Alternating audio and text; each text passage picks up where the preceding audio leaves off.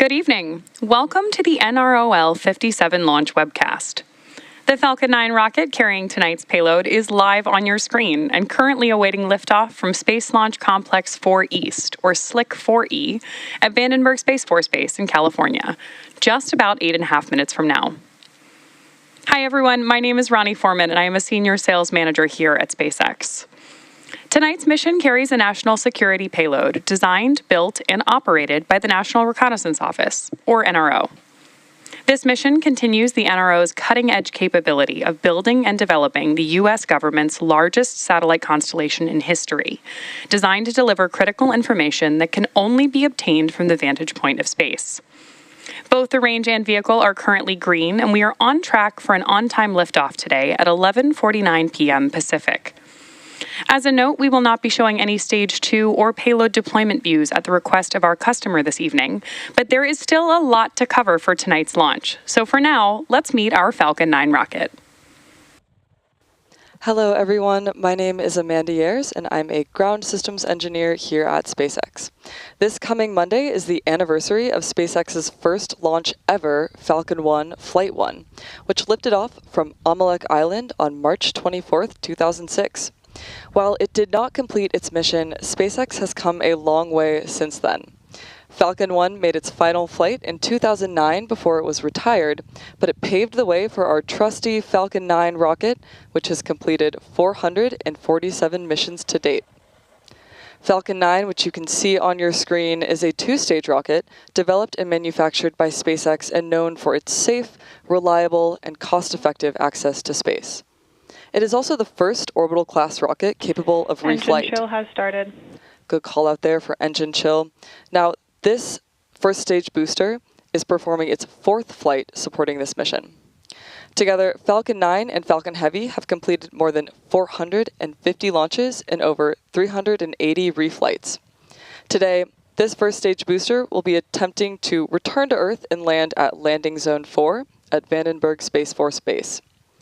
Rapid reusability of this kind drastically reduces launch costs, helps increase launch frequency, and enables a wide array of new government, commercial, and scientific opportunities in space. Lowering the cost of access to space is helping us take... Stage 1 RP1 load is complete. Good call out there for Stage 1 RP1 load. Lowering this cost of access to space is a major part in taking humanity's next steps into the solar system, whether low Earth orbit, geosynchronous orbit, interplanetary, or even deep space. Now, when costs are lower, government and commercial customers can launch more missions, which helps accelerate development. This also helps commercial satellite and private research customers afford to launch more projects to space, which helps stimulate innovation in turn here on Earth. Missions like SpaceX's Transporter and Bandwagon rideshare programs help make access to space even more affordable by sharing the cost of a single launch across many customers. So all of this is to say, reusability is the key innovation that is making space more accessible for the industry as a whole.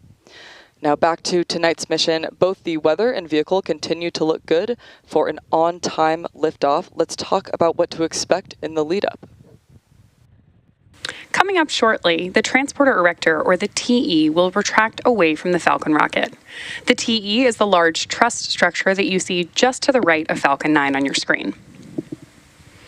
The first stage is connected to a launch mount at the base of the TE, but the TE is hinged and will retract about 2 degrees. By pressing for strong back retract. There's confirmation from Mission Control that we're pressurizing the tanks on Falcon 9 in preparation for that retraction we were just talking about. Now again, the TE is going to pull away just about 2 degrees away from Falcon 9 in preparation for liftoff, and that will begin by opening up the clamp arms around the base of the fairing. So hopefully we'll have a view of that for you in just a couple of seconds. You may also hear the TE referred to as the strongback by our mission control team, and it does a lot of heavy lifting in the lead up to launch. The strongback is designed to transport, raise, and support Falcon 9 at the launch pad. There's confirmation that lowering has started, and we're getting a great view of those clamp arms opening up on your screen there. Falcon 9's payload fairing is about 17 feet in diameter, so just for a quick frame of reference, the fairing on your screen would house roughly an average-sized fire truck. The TE is equipped with umbilicals, or flexible lines, that are used to route the vehicle's fluids, power, and telemetry from the ground systems to the rocket and payload, until Falcon 9 switches to internal power and clears the launch pad. You can see the TE pulling away from Falcon there, and just at liftoff, we'll see it move back to a full 45-degree retraction to clear the way for Falcon 9's ascent. At this point in the countdown, both the first and second stages are nearly fully loaded with 1 million pounds of rocket-grade kerosene fuel and liquid oxygen. The first and second stages should finish propellant loading about a minute apart from each other. We're expecting the call-out for first stage completion at the T-3 minute mark, and the second stage call-out should be at T-2 minutes. As you may have noticed, there are white clouds forming around the vehicle on our launch pad right now. Those clouds are comprised of chilled gas from above the surface of the liquid oxygen tank that is vented overboard to maintain pressure in the tanks as needed. When that vented oxygen mixes with the warmer California coastal air, it condenses into clouds. Stage 1 LOX load complete. There's confirmation of Stage 1 liquid oxygen loading completion. Next up, we are standing by for the same call-out on board Stage 2. Then at T-minus 60 seconds, Falcon 9 will be in startup. This means that the rocket's autonomous internal flight computers will take over the launch countdown. Then just inside of T-minus 2 seconds, we will light the M1D engines for liftoff. At this time, the payload continues to be healthy, and the Falcon 9 team is tracking no issues on the rocket. Weather is still green, and the range is ready to support our T0 of 11:49 p.m. Pacific time. And with that great view, we are proceeding into the last few minutes of terminal count. Now, as our next major milestone, we're listening in for the call-out of second stage LOX loading completion.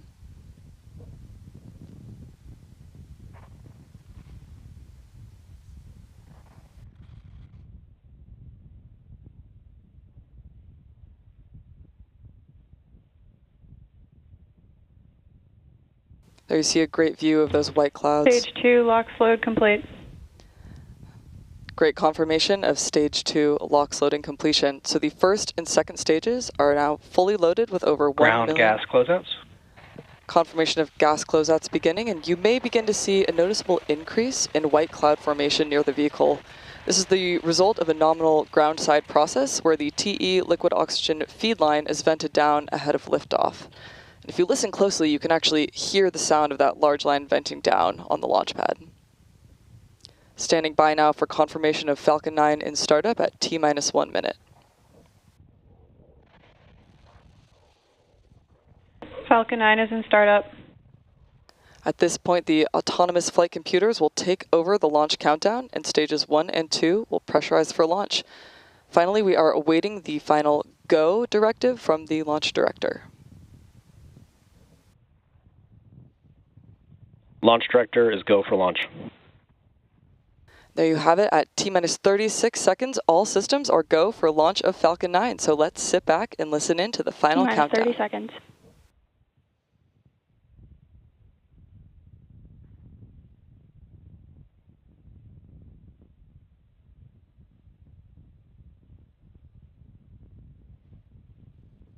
T-minus 15 seconds.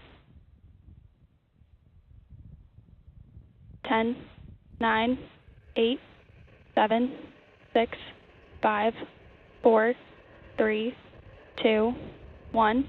Ignition. Liftoff of the Falcon 9. Go SpaceX, go NROL-57.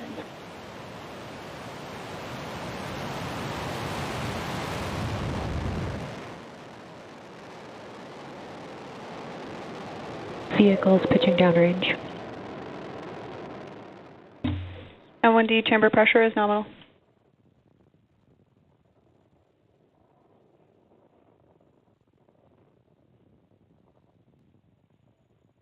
At T plus 30 seconds and counting, Falcon 9 has successfully lifted off from SLC-4E at Vandenberg Space Force Base in California. In case you're just joining us, these awesome ascent views are of the NROL-57 mission for the National Reconnaissance Office. And we had an on-time liftoff tonight at 11:49 p.m. and are getting good news from Mission Control that power and telemetry are looking good on board the vehicle. Falcon 9 is supersonic. And the Falcon 9 is now moving faster than the speed of sound. Coming up next, the vehicle will be passing through Max Q, which is the point in the mission profile. Max Q. Right on schedule. The vehicle has experienced the greatest amount of aerodynamic pressure that it will see on ascent. Now coming up next, we'll have several events happening in quick succession, starting with main engine cutoff, followed by stage separation, second engine start 1, and then our boost back burn. Main engine cutoff, or MECO for short, is where all 9 Merlin 1D engines shut down to slow the vehicle down in preparation for stage sep, when the first chill has started and second stages will separate from each other.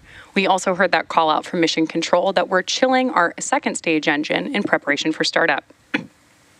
The MVAC engine on the second stage will light for the first time during second engine start 1, which we'll hear called out as SES1. This engine burn will last for several minutes and propel the second stage and the payload to their intended orbit. Our boost back burn will assist the first stage in returning to its recovery location at landing zone 4, also at Vandenberg Space Force Base. In addition to these major events, the fairing halves will separate about 30 seconds after SES-1. So keep an eye out for all of those events coming up here in just a couple of seconds. But as a reminder, we won't Main engine cut off. Stage separation confirmed.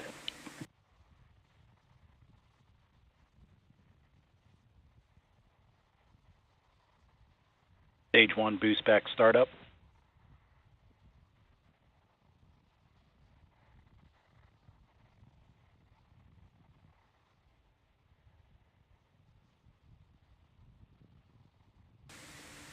We've had confirmation now of MECO, stage separation, and boost back burn startup, and are getting incredible views from our tracking camera right now. Now, as a reminder, we're not showing any views of the Falcon 9 second stage or payload today at the request of our customer. We are, however, standing by for that call out for fairing deployment. Fairing separation confirmed. Right on schedule. Both payload fairing halves supporting today's mission are flight proven. One half is flying for its 17th time and the other for its 4th. We will, of course, be attempting to retrieve these fairing halves again today once they fall back to Earth with our recovery vessel Go Beyond. Stage 1 boost back shutdown. And we have confirmation of boost back burn shutdown. We are currently at T plus 3 minutes and 30 seconds into tonight's mission following a successful liftoff from Vandenberg Both vehicles are following nominal trajectories. Good call out for trajectories. Our nominal liftoff time today was 11:49 p.m. Pacific time. And coming up in just a few minutes will be the entry burn of the Falcon 9 booster as it continues on its journey towards landing zone 4. This entry burn is the second of 3 burns that Falcon 9 will complete in its descent. Now, as a reminder, tonight's mission is a return to launch site recovery, which involves landing the first stage back at Vandenberg Space Force Base at landing zone 4, which is just a short distance from Space Launch Complex 4 East.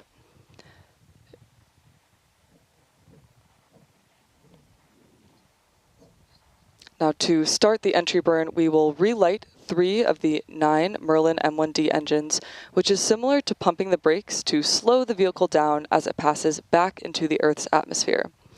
We need to slow the vehicle down to reduce re-entry forces, which then helps us recover and reuse the first stage.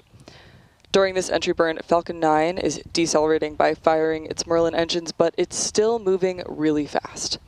This causes the vehicle to fly through Merlin's exhaust gases, also known as the rocket's plume, which deposits a layer of soot on the vehicle's surface. That soot comes from the carbon-based fuel that Falcon 9 uses, and with each flight, that soot builds up a little more on the outside of the vehicle. Now, it's this layer of soot that gives Falcon 9 its flight-proven look. Reusability of this kind is key to lowering the cost of spaceflight, which enables more investments in critical space infrastructure. The Falcon 9 first stage supporting today's mission is performing this entry burn for the 4th time tonight. The payload fairings, as we mentioned, are also flight proven, with one half flying for its 17th time and the other for its 4th time. We should be hearing the call out shortly for entry burn in just about 15 seconds.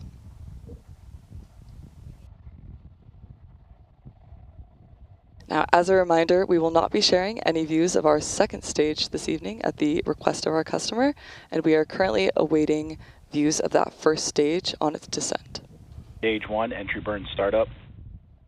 Good confirmation there of entry burn startup. Now, this is, again, a short burn, and it is designed to slow the vehicle down in preparation for its final landing burn.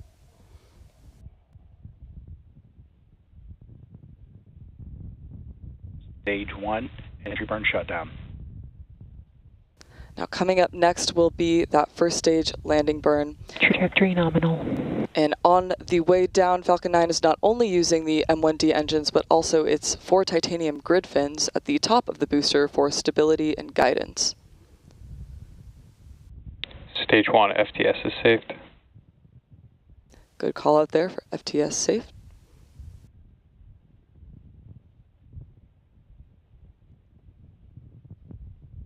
Now, the Merlin M1D engines we've seen firing on that first stage are optimized for sea level performance, and Stage they 1 transonic. each achieve 190,000 pounds of thrust during ascent and descent. So to put that in perspective, Falcon 9 has a combined total thrust of more than 5 747 airplanes at full power. Stage 1 landing burn. Confirmation of landing burn startup.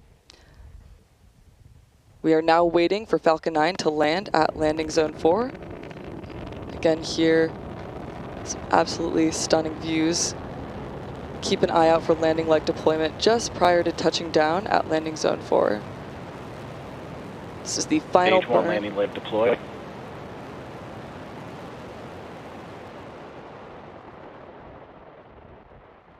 Stage 1 landing confirmed. And there you heard the call out for a successful landing of our Falcon 9 rocket. Stage 2 has entered terminal guidance. This was the 4th launch and landing for this first stage booster.